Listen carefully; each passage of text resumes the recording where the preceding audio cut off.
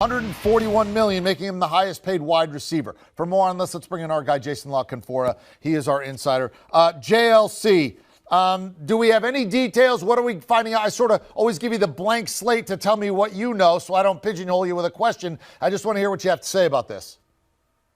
Sure. Well, look, obviously the Green Bay Packers are in a situation there where the quarterback's making $50 million. He's year to year. As much as people will tell you that contract is 4 or 5 years, a lot of funny money in it.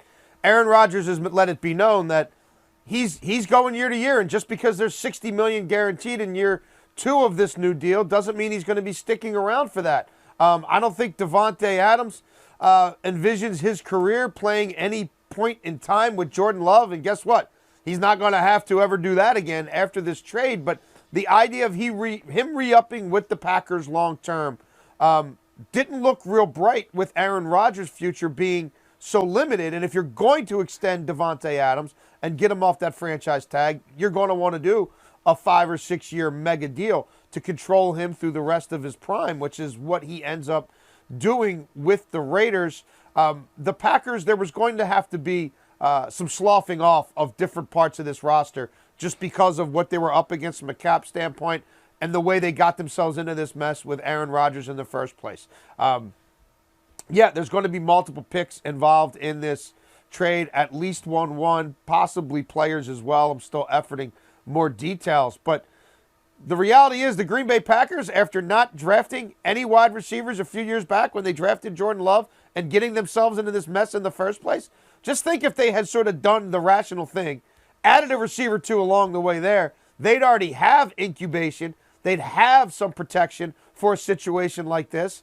And maybe the cupboard wouldn't look as bare as it does right now from a who's going to catch the damn football standpoint for the Green Bay Packers. All right, so what do you think the plan is in Green Bay? And according to, things are coming in, Green Bay may have offered the same money that Vegas offered, and he said, I don't want to be here anymore. So what is the plan in Green Bay? Is it draft somebody? Is it bring back MVS and draft somebody? Is it pick up the phone and try to get a receiver off somebody else's roster? Is it Julio Jones? Is it Cole Beasley? I mean, where can they go from here? Well, look, there's a lot of room at the end right now in terms of pass catchers, tight ends, and wide receivers. I wouldn't say that it's not that he didn't want to be there, but I just go back to my initial point. Aaron Rodgers is at the end of his career, whether it's 1 year, 2 years, maybe 3. Davante Adams has more football left in him than that. And look, I don't think anybody in that organization is excited about the proposition of Jordan Love. They've gone to great lengths now to not have Jordan Love play football for them. So I think for Davante Adams, it's more about where am I going to be able to get myself in a situation that I think I'm going to be able to prosper in for the duration of this contract. And again, Green Bay, the quarterback's made it very clear he's year to year. I would think Valdes-Scantling is someone that they will pursue. They need to have a deep threat, somebody to take the top off. We know Aaron Rodgers' ability to loft the ball 70, 75 yards downfield. Even at this stage of his career, he can still throw an amazing deep ball. They need to have that element present. It's something that they just need. If they are a prosperous team, but they still need a shot in the arm at some point, Odell Beckham, he's going to be someone who's probably available mid-season, but that's someone that they were interested in sniffing around on at some point in time. People thought he was going to go to Green Bay. He ended up going to the Rams, but that's something, a more long-term play, I think you have to keep your eye on. And this is a good receiver draft, and they have kind of not gone down that road with any high draft capital for some time. I certainly expect that to change. I would be shocked if they didn't invest multiple picks in the first couple of days, especially with this new, the coffers being filled with the Raiders picks with some pass catchers. All right, so being our insider and knowing the personalities and the players here, what's 12 thinking? Do you think they consulted him here? When do you think they consulted him? And what do you think his attitude's going to be if he wasn't consulted, which seemed to be his complaint the first time around? Well, look, he is aware that this team was going to have to make some significant moves, that they weren't going to be able to bring the band back together. And 12 wanted $50 million a year. I mean, that was, look, I'm coming back to play football. This contract's going to average $50 million a year.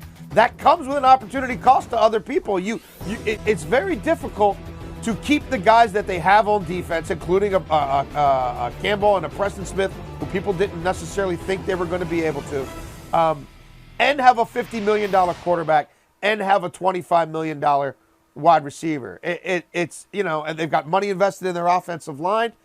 Something was going to have to give. Now, look, if they come out of this process, Eric, and they don't re-sign a couple of decent free agents, and they aren't investing big draft capital in receivers, then I think you could see 12, have a May meltdown like we saw a couple of years ago that started all this.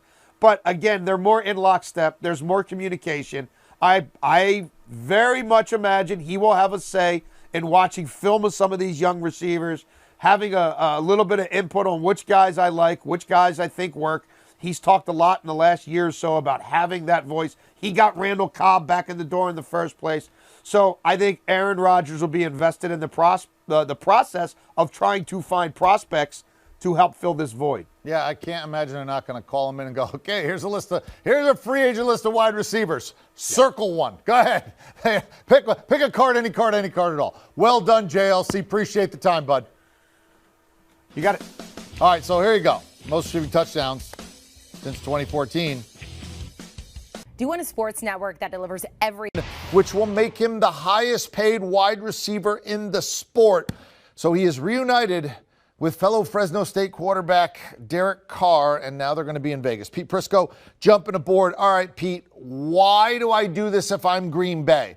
I'm win now. I'm the 1 seed last year. I get Aaron Rodgers to come back. I can franchise tag him. I can kick the can down the road. Why do this? This doesn't make much sense to me if you're the Green Bay Packers. You bring Rodgers back on that big deal and you trade away his top receiver. And I know that the franchise tag was something that he was not going to play for.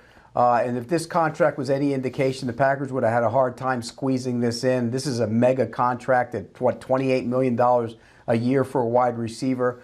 So I get it to some degree, but why bring Rodgers back and then do this? That doesn't make any sense to me. I think they'll bring back Marquez Valdes-Scantling. He'll come back, and I think he'll be, their number one wide receiver, at least their outside threat. And they do have draft picks now. And in this draft, there are a lot of good receivers in this draft to try and, build up back the arsenal again for Aaron Rodgers. So it's a surprise in a big way, considering they brought Aaron Rodgers back. But I understand it from the standpoint of $28 million is an awful lot of money for a wide receiver. Yeah, that's sort of the follow-up here. So if you're telling me that he wouldn't have played for the franchise tag and he would have sat the year out potentially, and if you're saying my choices if I'm Green Bay are have him sit out and be a distraction or give him $28 million a year, if you were Green Bay, would you have paid him $28 million a year? Would you have risked him sitting out, or would you have made the deal? I probably would have stuck to the franchise tag because I don't think guys are going to sit out anymore. I just don't. There's too much money to be leaving on the field. There's only so many earning years in your body. I don't think you would have sat out. I would have stuck to my guns. But you would have played the same game again next year. And so I think that's why ultimately they decided to make the decision. He's not a kid anymore. He's getting up in the years for a wide receiver. He's still a really good player. Don't get me wrong. But we know how this league is. It goes. It goes quickly. I'm not saying it's going to happen to him, but 3 or 4 years ago, Julio Jones was a top receiver in this league, and look where he is now. So I do think that there is some of that involved here as well. And if you're the Raiders, you're looking around your division. Everybody's loading up. The entire division is loading up. You get Russell Wilson there. You get Khalil Mack in that division. On and on it goes. The only team that's really not making a lot of moves is the Chiefs, and we know they're one of the best teams in the league. So you have to do stuff, and they did. And I give them an A for being aggressive. And they needed to get a guy who can get the football from Derek Carr. And by the way, Adams and Carr are friends from their Fresno days. They're good friends. Some people say they might even be best friends. All right, so the first question when you hear this is, what? And then the second question is, wait. Aaron Rodgers, decided to come back. Now they're trading Davante Adams. Do you think they consulted Aaron Rodgers? And if not, what do you think he's thinking and maybe doing? Well, I think the relationship between he and the organization has improved enough that he did do the deal to come back. So I would imagine, and that was one of the problems he had with him in the past, was he didn't consult with him. And And, when they drafted Jordan Love, he was not consulted with, and that upset him. So I imagine before this deal was made, they did. And I'm sure they called him and said, look, these are our options here. We can maybe risk not having him during the regular season if he decided to sit out and go through this process for the next couple years, or we can get draft picks for him and go get some young receivers and try and do it that way. So I would imagine they did call him this time around because there was such bad blood the last time around with the Jordan Love Well, pick. Pete, let me even say it sort of more directly. And I realize I'm speculating at this point in time. But what do you think the chances are that Green Bay, when they made their offer to Aaron Rodgers, basically 3 years, $50 million a year, said to him, look, we're going to give this to you, but that means we can't bring him in for 5 years at $30 million a year. Do you think they had the conversation before he signed the deal? No, I don't. I think the conversation was he's under the tag. We'd like to get a long-term deal done. And if we can, we'll bring him back. If not, he plays on the tag. And then he started, hearing the talk that he wasn't going to play for the tag. And as that continued, then I'm sure they grew frustrated with it. And they said, look, if he's not going to play for the tag, let's get some assets for him when he's still, a guy that can bring a lot of assets. So I understand it. Would I have done it? Probably not, because I think the Packers are still ready to go push for a Super Bowl in a bad NFC, by the way. The NFC is wide open. Get the Bucs, the Packers, and the Rams, I think, are the best teams, and whatever the 49ers do with their quarterback position is to be determined. So I think it's wide open in the NFC. This is why this is a surprise to me. All right, now, meanwhile, you got the AFC West, which is becoming the SEC of the NFL, right? I mean, they are loaded to the gills.